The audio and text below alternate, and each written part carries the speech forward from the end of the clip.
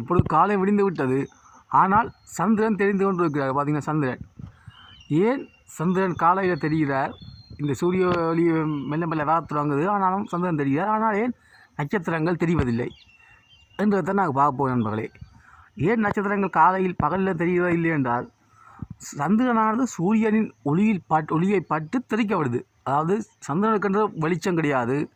சூரியன் தன்னுடைய வெளிச்சத்தை சந்திரனில் பட்டு ஒரு பொருளில் சூரிய ஒளி பட்டு இப்போ நாங்கள் பார்க்க முடியுதா இருக்கும். இப்போ இந்த மரத்தை எடுத்துக்கொண்டோம்னா, இந்த மரத்தில் சூரிய ஒளி படுது.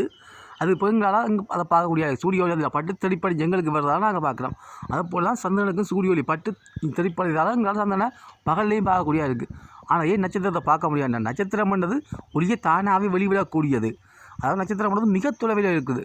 சூரிய ஒளி நட்சத்திரத்தில் படும் அளவுக்கு இல்லை. என்ற நட்சத்திரம் அதிக தொலைவு, அதிக லைட் இயர்கள், அதாவது அதிக ஒளியாண்டு என்றால் ஒரு சூரிய ஒளி அங்கே அதுக்கு படுறதுக்கே எக்கச்சக்கமான வருடங்கள் செல்லும்.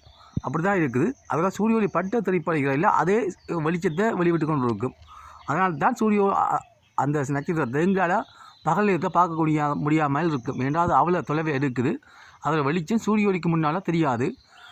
அதோட ஒப்ஜெக்டும் இல்லை, அது வெளிச்சத்தை வெளிவிடுறது. அதனால தான் எங்களை பார்க்கக்கூடிய இல்லை. அதனால் சந்திரனை பார்க்க முடியும் எங்களால். நன்றி நண்பர்களே.